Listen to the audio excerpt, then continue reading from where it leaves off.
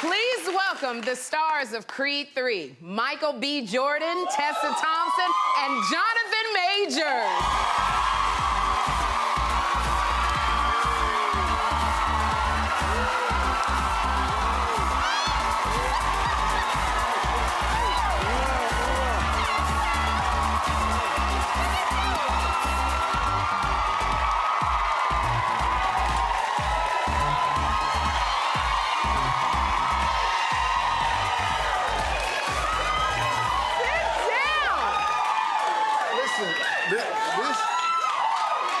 This audience here.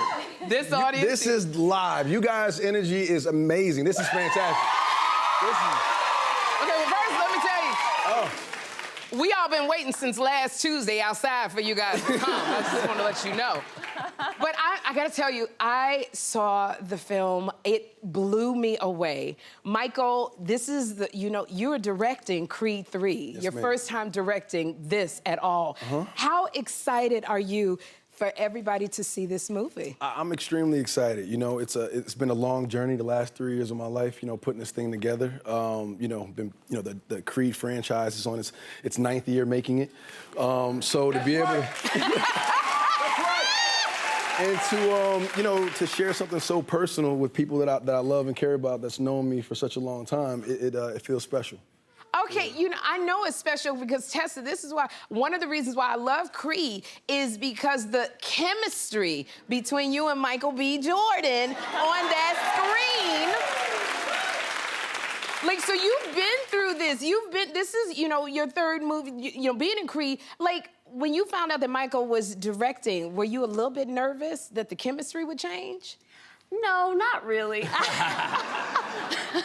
No, you know what it was? He's become such a good friend of mine, and I love him so much. I was so proud of him. He's been working since he was 9, right? Yeah. This is the culmination of so much that I just felt like I got to be his proud friend, and on set, his proud wife. Every day at work, I was like, that's my man. And I felt that. And I felt that every day. And you felt it every day? I felt that support, definitely. It's a team sport, and to have a scene partner and somebody that's going to challenge you, and ask the right questions and push you, but also be in that supportive role is something that I definitely needed, especially my first time directing. And I got it, and the chemistry did not change, I have to tell you that. And from the moment you popped up on screen, in the studio, you came out the studio, I was like, okay, all right, they there. All right. Now, Jonathan, you are dominating pop culture. You're dominating pop culture because not only are you in Creed, but you're also in Ant-Man as well. And then, so you're in 2 big films, and you're on, don't go anywhere. We got you now. You are on the cover of Vanity Fair's Hollywood issue as well, right here. But I'm gonna tell you what sent me over the edge. It was that cover of Ebony magazine. That one right there.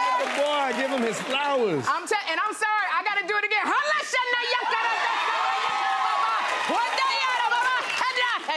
All right. Wait a minute, Sherri, it seems like he got the guns out for you again today. And I'm feeling all of it, and I'm going, God is a good God today. Jonathan, how does it feel to be a sex symbol? You're an amazing actor. We know this. But you gotta admit, you are a sex symbol. How does that feel? It feels the same. I guess. What? I mean, it's so cool. Good to see y'all. It's cool because it brings folks to the art, and it also brings folks to whatever else, which is cool.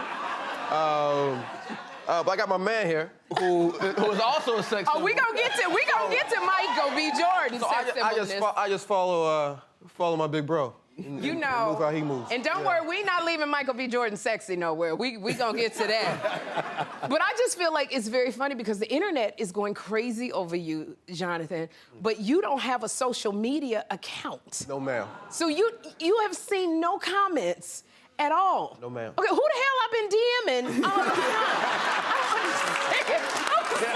I'm a little embarrassed. Whoever I'm DMing, can you send my pictures back? So So Jonathan, so you have not seen any comments. I have to read. Do you mind if I read some of the comments that people have left? Please do. Please do. Yes. Go ahead. Okay. I want to hear I have these. to. So at Cyclone 5 says, in the wise words of Janet, anytime, any place, I don't care who's around. Yeah, that's my other IG name, sorry. Now, at Cassie Chris tweeted, Lord, forgive us in advance for our sinful, low down sinful thoughts. Ebony didn't have to do us like that, amen. Amen. Amen. And then we got one more for you. At Kiki's Interlude said, I would like him to ruin me. I would let him ruin me.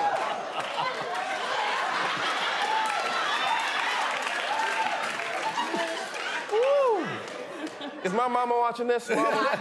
Methinks your mama may be watching you. Yeah. Well, we need my mama here because you speaking in tongues. and she a pastor, so she need to let me know what's going on. Oh, you don't need no interpreter to know what I was saying in tongues.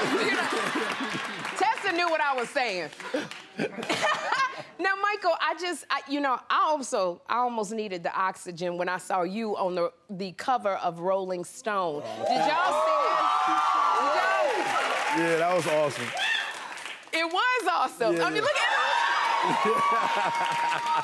So, what's going through your mind when you're doing these photo shoots? The crazy thing is I'm not really big into photo shoots like that. Like, I think I feel the most vulnerable taking photos like that. Rather than being on set and boxing and stuff like that, the photos is a bit more work for me. But amazing photographer Adrienne Raquel, she did an amazing job, with this cover. And thank you Rolling Stone for giving me the space to promote that movie. Yeah, we thank you Rolling Stone too. But I'm gonna say this. I'm gonna throw this off of me. I'm volunteering my man Jonathan Majors for the next sexiest man alive. I think the next sexiest man alive I think it's gotta be Jonathan. Magazine, I think it's gotta be. Have you? But now that Jonathan is this big sex symbol, have you given him any advice on the sex symbolness of it all? I don't think he needs any advice. I think he's doing the best thing by staying off of social media and just kind of just focusing on the work. And as long as he does the work, he'll be fine. He'll be good. And if he needs me, he got a wingman right here. He's good. Now, Tessa, I gotta tell you, I saw you in the Marvel film, one of the Marvel films, and you were playing Valkyrie. Mm-hmm. And girl, you were kicking butt. Tessa, you did not come to play in the movie, and I was just like with you all the way. Now you're in the movie in Creed, and you're not doing any fighting. So watching Jonathan and Michael, you didn't want to jump in the ring at all. No, I had such a good view. I would have disrupted it. No, I really like being ringside because I don't have to be as physical. The Marvel movies, you have to be, you work so hard. You both can attest to that. You have to worry about your diet and everything. No, this time it was fun. I'm being a mom, so I just have to worry about snacks. And that's about it. And I think I did a great job at snacks. I made sure Mila had all the snacks she needed, and I also had snacks. I had to try them first to make sure they were kid-approved.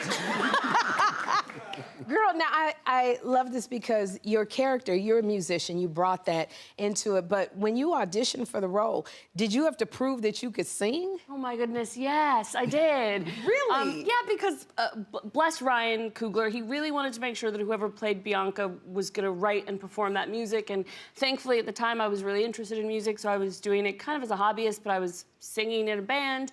But he had me send a lot of tape, and one time I was actually on tour somewhere in the middle of the country, and we were doing sound check when I got the call that I had to send something else in, so I went into the dirtiest bathroom I think I have ever been and sent him a tape, in this very gross bathroom, but it paid off, so here I am. And that's one of the great things about the Creed film is we want to get actors and people that are going to embody the role, and the fact that, Tessa was actually living that life, that Bianca lifestyle, it just added an extra layer. The same way that me and Jonathan has to get in the character and actually have to box to get inside the ring. So that duality, I think, is something that just adds another layer to the Creed franchise. I think it's pretty cool. And it's so funny, this Creed franchise, this is your first Creed movie, Jonathan, and you and Michael didn't really know each other that well when you got the call to be in the movie. Me and Mike had you remember that? We shook hands on the way out of a party. Really? Probably about a year ago, probably about 4 years ago. Now, 4 years ago now. 4 years, just the season. And the next thing I know, I'm getting a phone call from my team saying, hey, Michael B. Jordan wants your phone number. I said, what, Michael B. Jordan want my phone number? Like every woman in America's dream call. I say, bring it, come. I give it to him. He calls. 20 minutes later, he chats for an hour. I see the passion. I see the vision, you know, that he has for Creed 3. Tells me he's going to direct it. I look at this brother and I go, this man's he's going to live and die on this movie. This is it for him, you know? Yeah. And I wanted to have his back on that, you know, 110%. Yep. I just, and in watching you, I have to say, as a layperson, you made a great choice because what you brought to the role was so tender and vulnerable.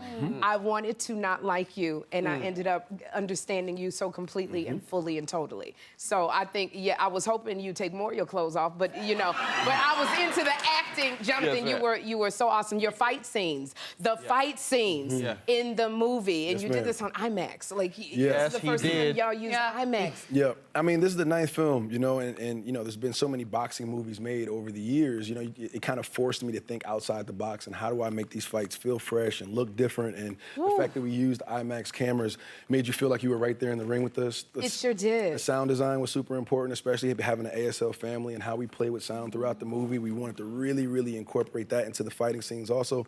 And then Damien was probably Adonis's most personal battle and challenger thus far. So the fight needed to feel intimate, and that's kind of how we And shot. I don't want to give anything away, but the chemistry between you two was so palpable. It just tugged at my heart so much when you were those scenes where you would just look at each other and that love that you had for each other. I got it. I got it. Thank It you. I was love that. beautiful. Exactly. Black masculinity. It's important. You know? Yes. Showing it in that way was important to us. Yep. You know, and I think we did it. Yeah. I got it. I got it. The love between you two, and the pain and the hurt. Y'all gotta go see Creed. I'm not gonna tell you everything.